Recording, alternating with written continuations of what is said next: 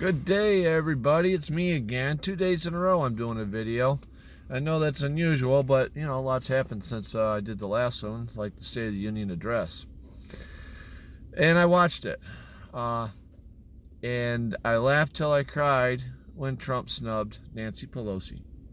Now, I don't know if he did it on purpose or not. If he did, the way he did it, he did it in such a manner that he can easily say, if the heat gets on too much, he can easily say, well, I didn't even see her put her hand out. It was great the way he did it. He should have been an actor as well as our president.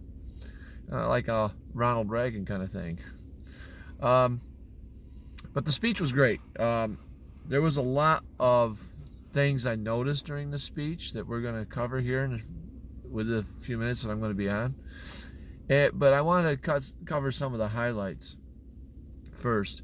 The first highlight was Trump leaving Nancy hanging with that handshake. I thought that was great. She had it coming. I don't care who you are. I don't care what you say. She had it coming. She did. Okay? The other highlight that really stuck out, and it brought tears of joy to my eyes, was the fact that he reunited a family.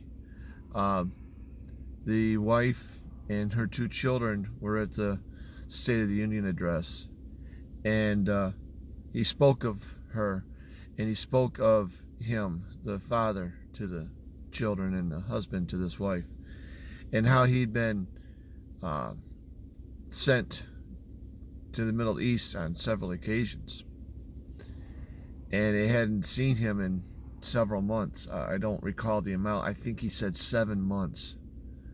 He was on tour for 7 months, and the kids hadn't seen their father. And when it was over with, the father and the husband, who it looked like a staff or possibly a tech sergeant, was reunited. He came down behind them in the audience. He come down the steps as he was being reintroduced or introduced to everybody in the chamber. And the wife turned around, and it was just, it was a very touching. I wish I had the eloquence to put into words how touching and great that was. Now, one of the things I've noticed, I noticed during the speech, Donald Trump, our president, ran off a laundry list of accomplishments that he achieved just in the last 4 years.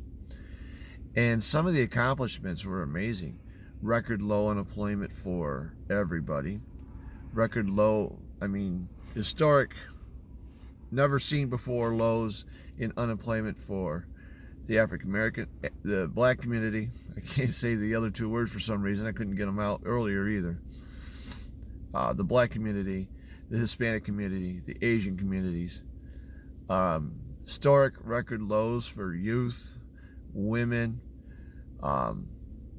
several million jobs created.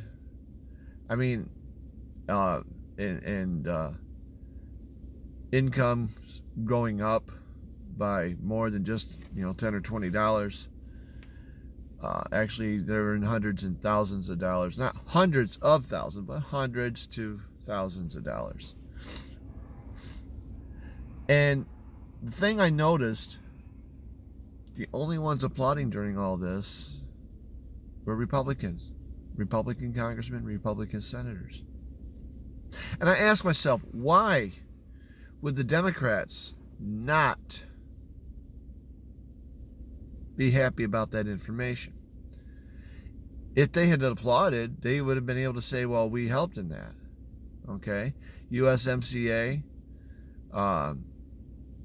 China deal, the whole nine. They could have easily stated that they were a part of it. And then they could have applauded, made themselves look good. But they didn't. And that's because they don't want this to happen. They know they're losing their black base because of it. So they are showing their racism by not applauding. It would seem to me that if you were truly patriot to this country, if you're truly loyal to your base, You're truly loyal to your districts. When something good happens in your district, whether you're a part of it or not, you'd be happy for your district. You'd be happy for the area that you represent. You'd be happy for the country that you're in. They're not. They're showing that they hate Trump so much, so much, that they can't be happy for all the good that he's doing. Now, with that being said, this shows you just how low and petty that the Dems are. At least one Dem. When I say Dem, I mean Democrat. At the end of the speech, Nancy Pelosi picked up the speech, that the pre-written, pre-typed, whatever you want to call it, speech that Donald Trump gave her, and she ripped it. She took 3 sections of it and literally ripped it. And then tossed them down on the top of some folder or whatever. And walked away. Well, no, she pounded her gavel and said that the session was over, whatever, and then walked away. When she was asked about it in a more in-depth question, first she said that it was the proper thing to do. I wish I could remember her words. But basically, she said it was the proper thing to do with all the other options she had.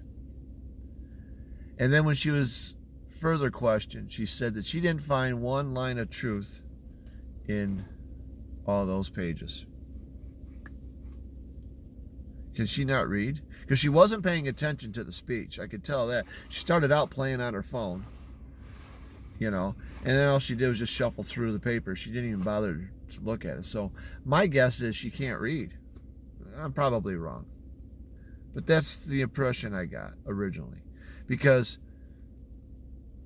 the figures are in, the information's there. All right, Soleimani killed hundreds to thousands of people, and I'm not talking just American people. I'm talking about worldwide. al-Baghdadi, or whatever his name was, another terrorist. He created ISIS. He was the founder of ISIS. We all know what ISIS was about. The jobs. There's more people working now than I've ever seen in my entire life. I'm 51 years old. Think about that. I'm 51. There's more people working now than I've ever seen. Okay? I haven't heard anybody complaining about the economy since Trump took over. I take that back. They complained about the economy in the beginning. And when I say anybody, I mean anybody but the politicians. Okay? I'm talking about normal, everyday people. There isn't one person complaining about the economy. There's more money in their pockets. There's more jobs for people to be working. Fewer people on welfare. It's another thing he brought up. There's fewer people on welfare and fewer on food stamps. That's great. Welfare and food stamps are our biggest domestic expenditures that we have, aside from military and education. But I do believe that welfare, we were spending more money on welfare and food stamps than we were on education. So with that being said, if you're not spending as much money on welfare and food stamps, put it on education. One of the things that you could tell the Dems hated was the fact that he said he wanted to get rid of late-term abortion. Now that makes absolutely no sense to me. Why the Democrats don't want that. Let's think about this. According to studies, the individuals that get abortions the most are in your black communities. Blacks traditionally vote Democrat. So if you get rid of your base, how can you win elections? Oh yeah, bring in the illegal aliens. Right. Well, guess what? He's got them stopped there too, because he's putting up the wall. Now, is that wall going to be successful? Probably not. And the reason is because it's made of metal and it's porous. When I say porous, it means you can reach through. okay? And if you can reach through, you can get a saw in there, whether it be a sawzall or a hacksaw or whatever. You can get it in there. You can cut a bar away or two and get on in. I'd much rather seen cement. I don't care. I don't care how ugly it is. What I care about is stopping the flow of illegal immigrants. He even stated, when he spoke of the immigrants, he even stated that he wants a merit-based immigration policy. There's nothing wrong with that. He wants someone who's going to assimilate in our society, who's going to hold up our values, who's going to try and make a living instead of living off the teat of the government.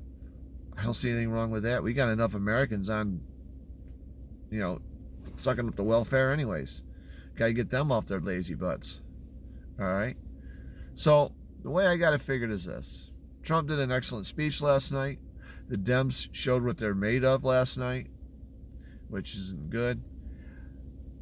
I personally want to put a daycare service in the halls of Congress and Senate so that these childish individuals can get the adult care that they need. Because that's exactly what they are. That's how they're acting. They're acting like children. Little children. I'm talking 4 or 5-year-olds who didn't get their way. That's how these Dems are acting. Might as well put in the daycare service for them. Have a good day.